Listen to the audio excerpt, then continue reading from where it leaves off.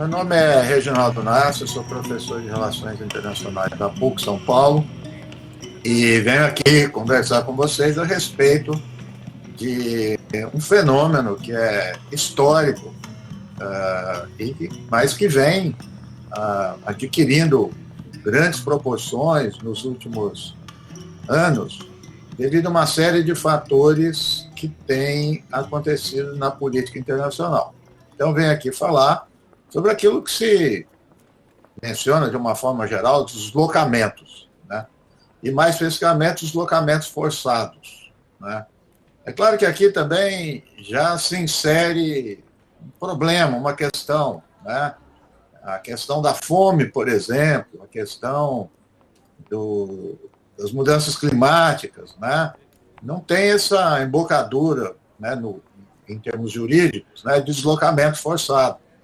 Então, quando nós estamos tratando desses fenômenos, né, de deslocamento de populações, há várias formas de olhar para isso, né? Uma forma que se manifesta muito, muito clara e diz respeito à vida das pessoas, o cotidiano das pessoas, é uma forma jurídica. Daí, né, a formatação do tema em torno do refúgio, do que é refúgio, do que é migração, né?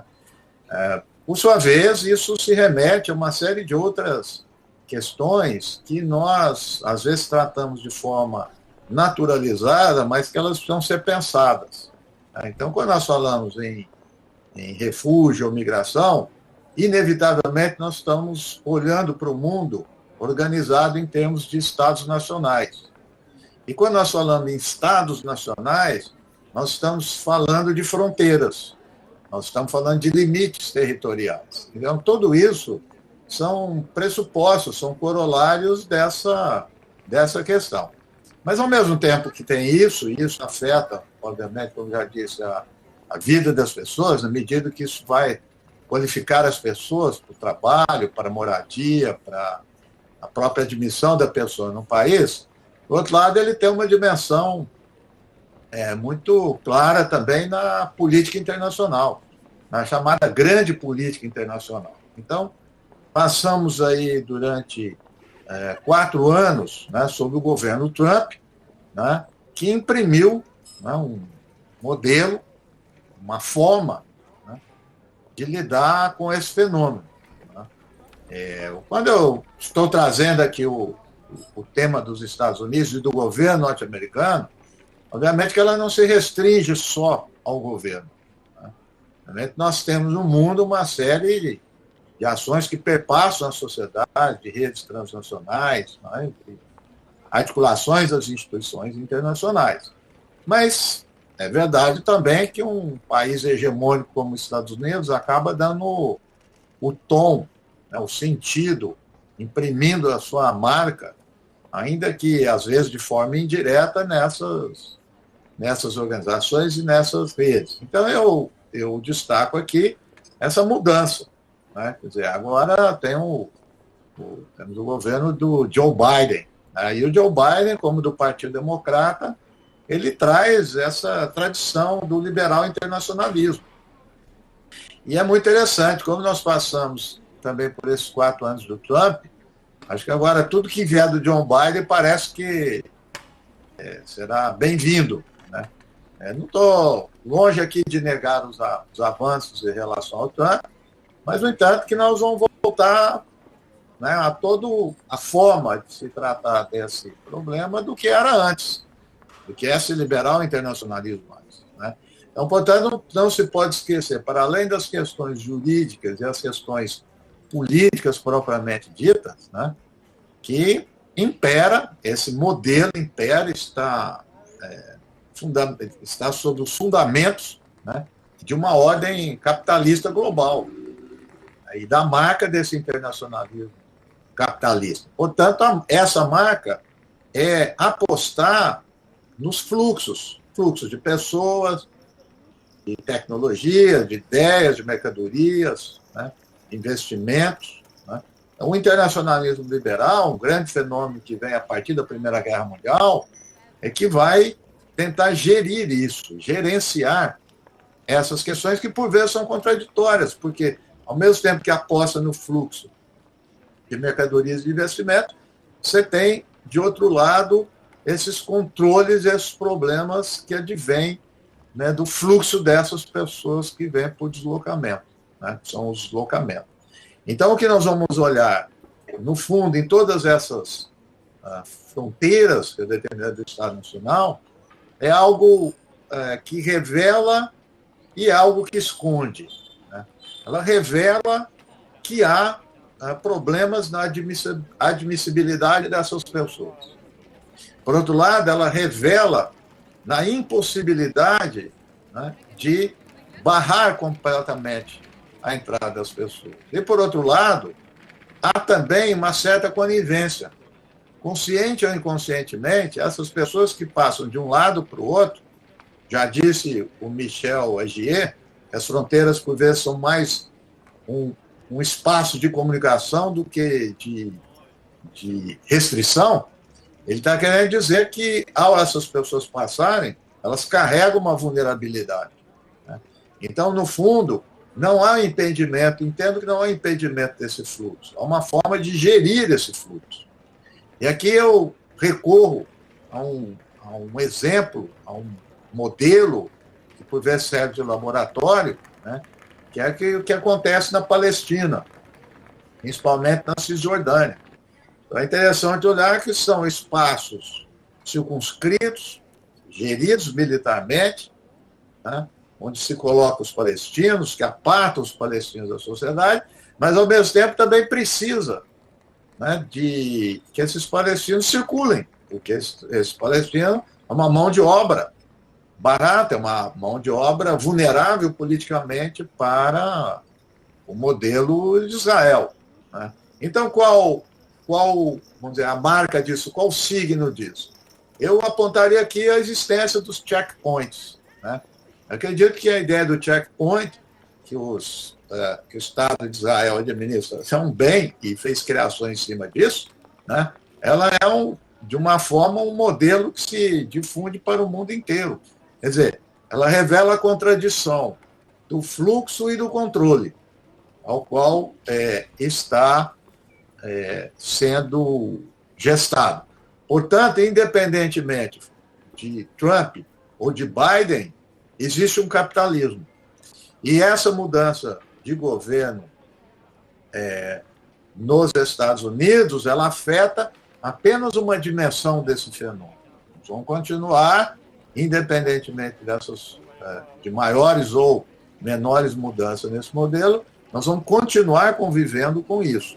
E, portanto, nada mais importante que acompanhar os passos desses estados, desses governos, dessas lideranças políticas, mas, sobretudo, também da ação das corporações internacionais, que, no final das contas, são elas que gerem esse modelo capitalista. Eu entendo que eu tenho feito isso de recuperar a dinâmica internacional, abordando o conflito entre o liberal internacionalismo e o que eu vou chamar hoje a esquerda internacionalista. Né? Então é interessante que,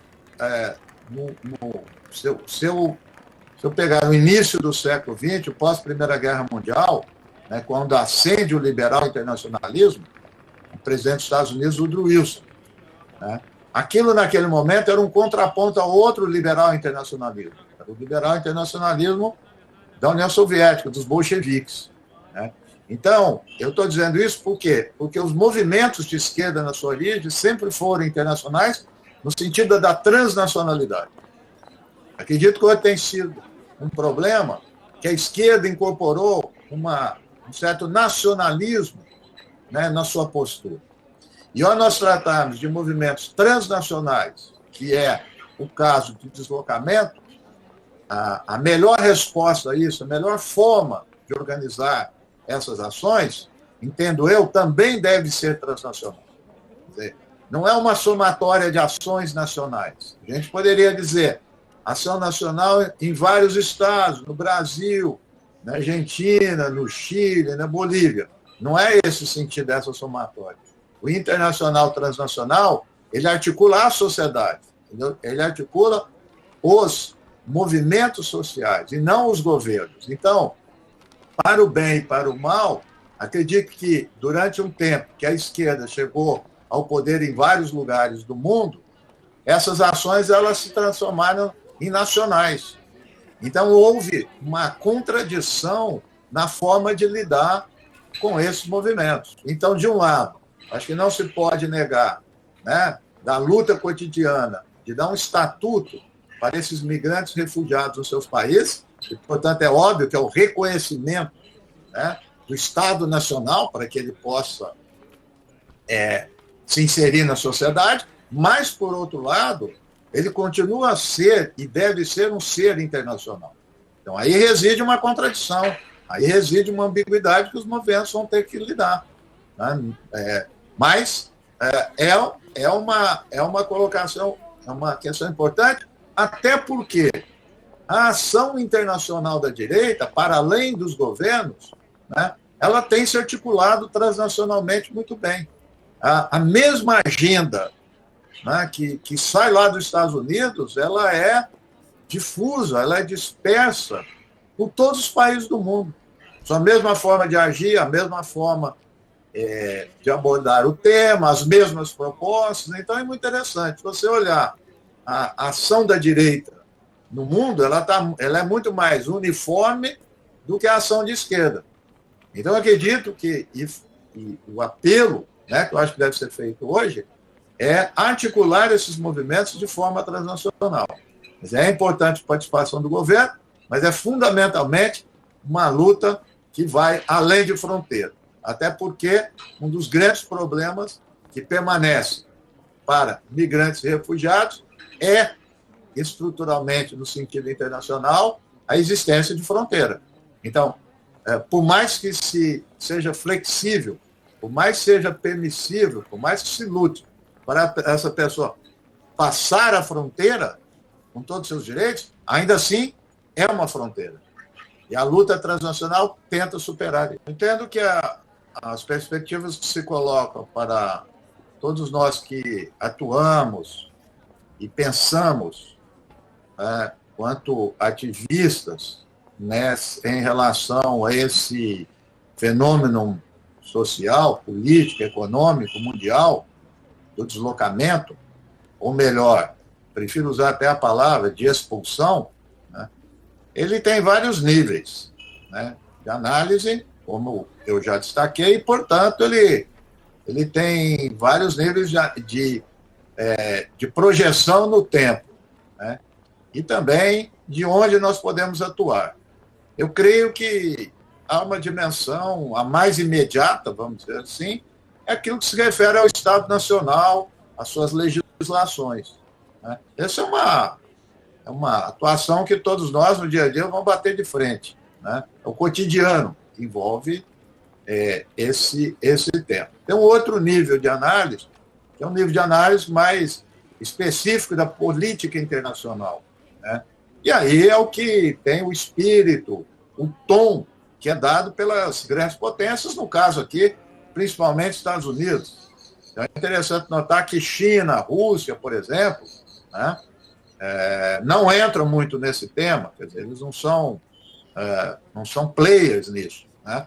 Tem a Europa, mas a Europa, e vamos dizer, a Europa Ocidental vai, principalmente Inglaterra, França e Alemanha, né?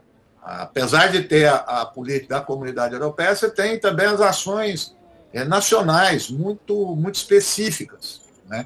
Então, tudo isso também tende a fragmentar esse movimento na primeira linha de frente. Mas uma última nesse sentido maior, mais estrutural, é que esse fenômeno está ligado ao capitalismo. Quer dizer, não se iludam que isso que nós vamos ter avanços em relação a isso, se nós situarmos apenas aqueles dois níveis que eu citei.